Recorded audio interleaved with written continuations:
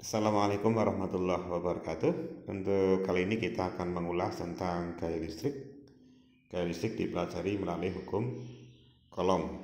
Jadi di SMP dulu sudah pernah dibahas bahwa kalau ada dua muatan berbeda jenis akan tarik menarik.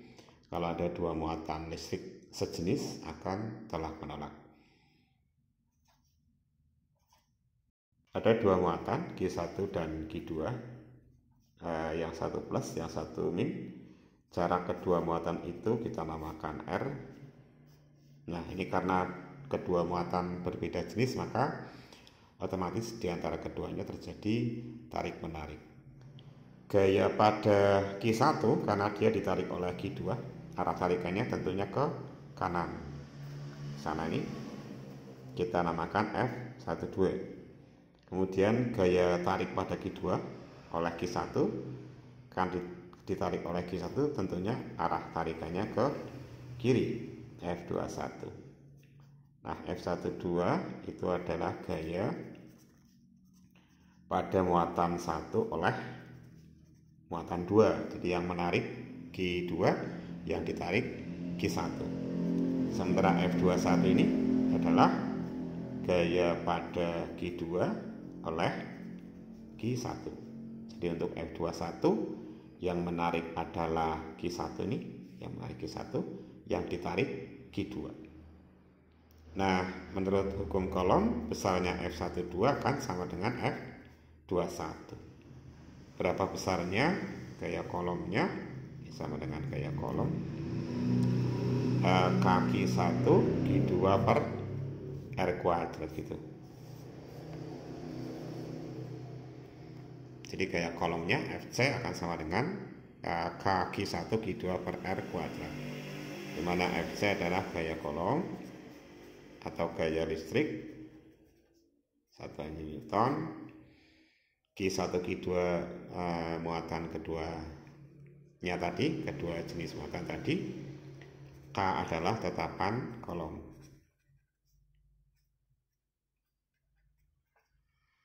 Ini besarnya 9 kali 10 pangkat 9 meter kuadrat Coulomb min 2. R adalah jarak kedua muatan. Meter. Itu besarnya gaya Coulomb yang terjadi di antara kedua muatan. Bagaimana kalau ini terjadi di udara ya? Bagaimana kalau kedua muatan berada dalam satu medium, bukan udara tapi di suatu medium?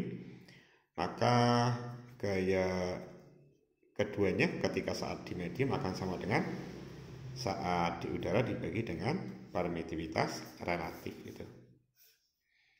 Ini gaya Coulomb, gaya listrik saat di medium. Nah, ini adalah permitivitas listrik medium. Fc tadi gaya Coulomb saat di udara. Ini contoh soalnya, ada 3 muatan listrik A, B, dan C. C berada di tengah-tengah antara A dan B. Jadi C ini tepat di antara A dan B. Kemudian jarak antara A ke B adalah 20 cm. Otomatis C ke A ya separohnya 10 cm, C ke B juga 10 cm. Pertanyaannya adalah berapakah gaya listrik pada QC, pada muatan yang tadi tepat di tengah-tengah antara A dan B. Nah, kita fokus ke muatan C. Jadi pada muatan C ini, muatan C dengan A karena sejenis, sama-sama positif, C ini ditolak oleh A. Berarti dia akan dikenai gaya tolakan, ditolak oleh A berarti ke kanan. Sebut saja FCA. Jadi FCA itu gaya pada C oleh A, yang ditarik C, yang menarik yang menolak A. Jadi FCA itu gaya pada C oleh A. Yang menolak A, yang ditolak C. Kemudian kita pasangkan C dengan B. C positif, B-nya negatif. Karena berbeda jenis, maka antara C dan B tarik-menarik. Pada muatan C ada gaya tarikan oleh B, berarti ke kanan juga. Karena ditarik sih. Kita namakan FCB. FCB adalah gaya pada C yang dilakukan oleh B. Gaya tarik pada C oleh B. Nah, sudah ada dua gaya, yaitu FCA dan FCB, dan arah gayanya sama-sama ke kanan.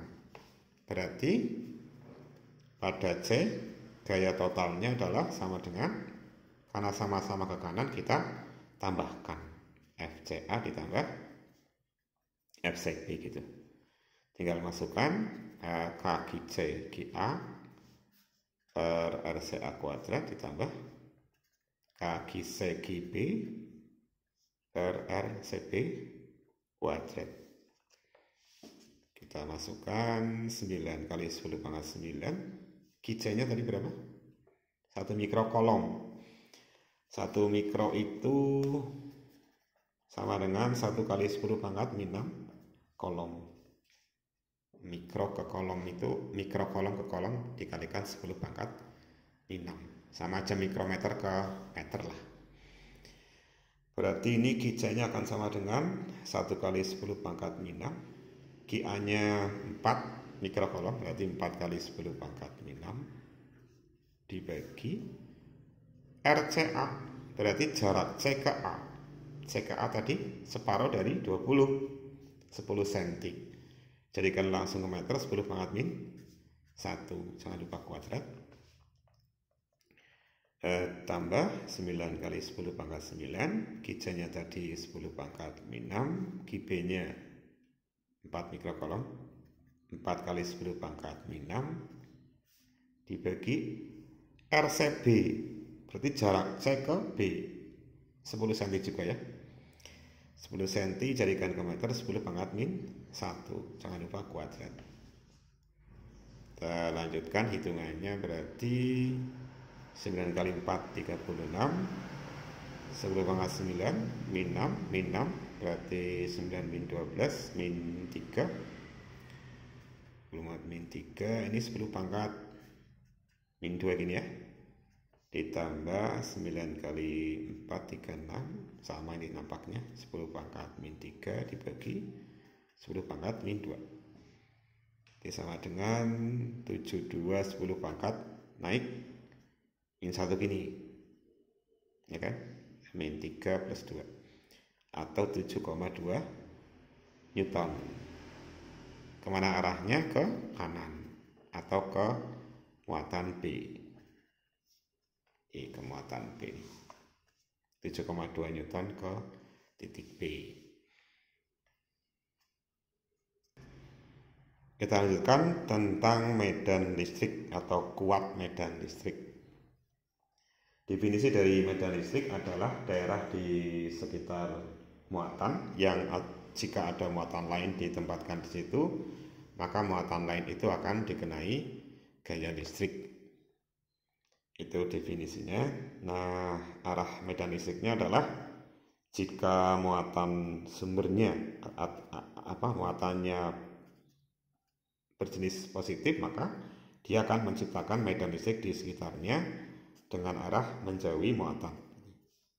Jadi di sini ada muatan, ada medan listrik ke kanan, di bawahnya arah medan listriknya ke bawah, di sebelah kirinya ke kiri. Kalau di sini ke mana? Menjauhi. Ini juga menjauhi dari muatan tadi. Itu kalau muatannya positif. Nah, kalau muatannya negatif, maka arah medan yang dihasilkan akan menuju ke muatan itu. Jadi muatan sumber ini akan menghasilkan medan listrik di sekitarnya dengan arah menuju dirinya sendiri gini. Di sini ada medan listrik ke kiri, di bawah ada medan ke atas, di kiri ada medan ke kanan gitu. Kalau muatannya positif menjauhi muatan, kalau muatannya negatif menuju muatan tadi. Nah, berapakah kuat medan listrik yang dihasilkan? Besarnya kuat medan listrik yang dihasilkan adalah sama dengan kaki S per R kuadrat. Nah, ini dia. Jadi kalau ada muatan, misalnya positif, di sini ada medan listrik arahnya ke kanan gitu kan. Jaraknya R. Maka besarnya kuat medan di sini kita hitung dengan persamaan K kali GS per R kuadrat. Ini.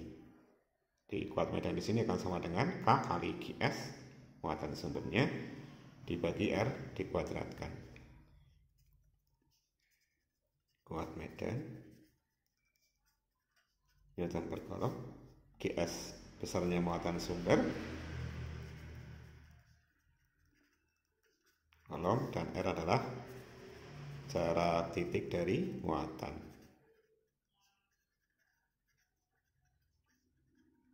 Meter. Itu besarnya kuat medan listrik di sekitar muatan. Ini poin pertama. Poin kedua,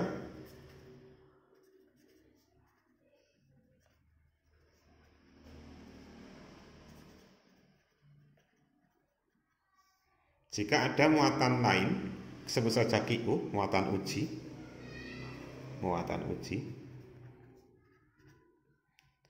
diletakkan di medan E, di medan listrik E.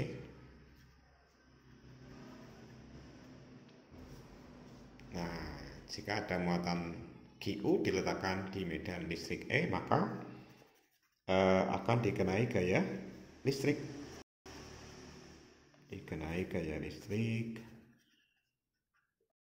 Sebesar gaya listriknya sama dengan QU dikalikan medan listriknya tadi. Jadi kalau ada muatan kok diletakkan di daerah medan listrik E, maka muatan itu akan dikenai gaya listrik sebesar F-nya sama dengan QE. Ini sebenarnya hampir atau analog dengan gaya berat ya, gaya gravitasi, bahwa kalau ada benda kok diletakkan dalam daerah medan gravitasi G, maka benda itu akan dikenai gaya gravitasi sebesar F sama dengan masanya dikalikan gravitasinya. Untuk gaya gravitasi F-nya kita lebih kenal dengan istilah W kecil, gaya berat M kali G. Ini gaya gravitasi, kalau ini gaya listrik, medan muatannya dikalikan medan listriknya. Kalau gaya gravitasi, masanya dikalikan medan gravitasinya. Itu kita lihat ini contoh soalnya. Nah, ini soal untuk medan listrik. Misalnya ini teksnya, dua muatan QA 36 mikrokolom dan QB min 4 mikrokolom terpisah sejauh 20 cm. Gambar QA dan QB, ini jaraknya 20 cm. Titik C berada pada satu garis lurus kedua muatan itu. Ini garis lurus penghubung kedua muatan ini. Titik C berada di sepanjang garis lurus ini. Di mana C agar medan listriknya 0.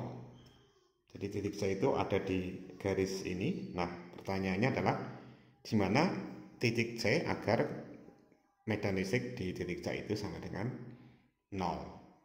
Nah, kita analisa. Ada 3 kemungkinan letak titik C. Bisa di sebelah kiri QA, bisa di antara QA dan QB, dan bisa juga di sebelah kanan QB. Kalau kita gambar medan listrik di titik C, misalnya ketika C-nya di sebelah kiri QA, maka di sini ada medan listrik akibat A dan akibat B. Medan listrik di sini akibat A berarti ke kiri. A. Kenapa ke kiri? Karena harus menjauhi muatan positif. Kemana EB? Medan listrik akibat B. Ke kanan, karena harus menuju muatan negatif sana. Nah, kalau titik C-nya di antara GA dan GB, kita lihat berarti di sini ada EA. EA-nya kemana? Ke kanan ya, karena harus menjauhi muatan positif. Di sini juga ada, sini ada EB akibat muatan B. Karena muatan B negatif berarti arah EB-nya ke kanan. Nah, kalau titik C-nya di sebelah kanan B, maka di titik C itu ada EA dan EB juga. EA kemana? Karena GA-nya positif, EA otomatis ke kanan. EB-nya kemana di sini? EB itu berarti medan listrik akibat muatan B. Di sini kuat medan EB-nya berarti ke kiri, harus menuju muatan negatif ini. EB. Nah, kita lihat kemungkinannya. Kalau di antara A dan B, karena sama-sama ke kanan, maka tidak mungkin kuat medan listriknya sama dengan 0, karena medan listriknya kan ditambah ini. Ya kan? Kalau di sebelah kiri GA bisa 0 karena satu ke kanan, satu ke kiri. Dikurangkan asal kuat medan listriknya sama besar ya, hasilnya 0. Di sini pun sama nih, satu ke kanan, satu ke kiri. Jadi bisa jadi kuat medan listrik totalnya sama dengan 0 karena dikurangkan. Asal EA sama dengan EB ya, medan listriknya akan sama dengan 0. Nah, berarti ada dua kemungkinan. Kalau tidak di kiri GA ya, di sebelah kanan GB. Mana yang lebih logis? Kita lihat dari besarnya muatan. Ini 36 mikrokolom, B-nya ini 4 mikrokolom. Otomatis karena kuat medan listrik tadi itu kan kaki per R kuadrat, ini besarnya E, berarti supaya EA sama dengan EB harus, supaya 0 kan EA harus sama dengan EB gitu ya, supaya hasil pengurangannya 0.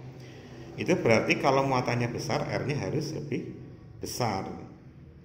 Jadi kalau muatannya yang besar, maka jarak titik yang kuat medannya 0 harus lebih jauh dari yang muatannya besar, supaya E-nya sama.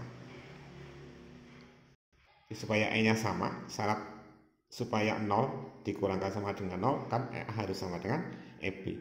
Berarti R ini harus besar ketika Q-nya besar. Q yang besar A, sehingga titik itu pasti lebih jauh dari A. R-nya harus lebih besar. Sehingga yang paling logis adalah di sebelah kanan QB. Ini yang paling logis.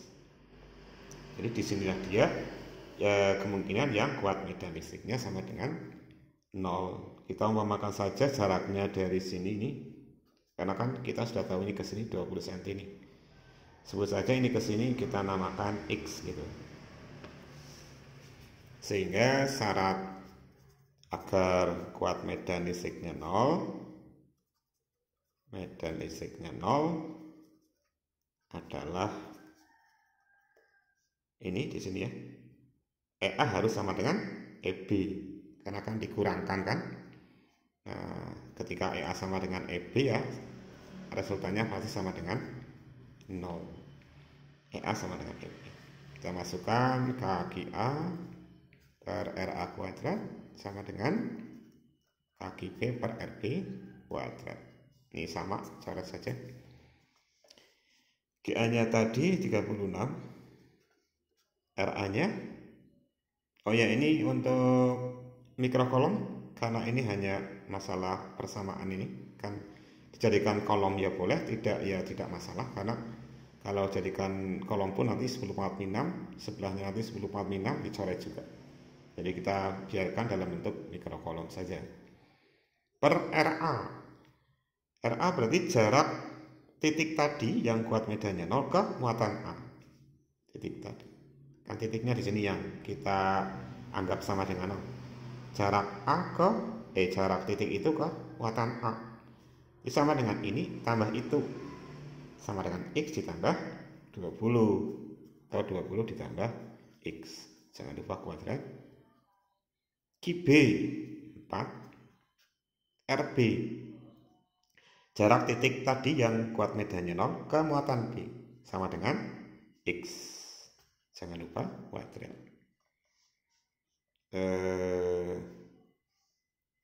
Ini otomatis dicoret bisa 36 bagi 49.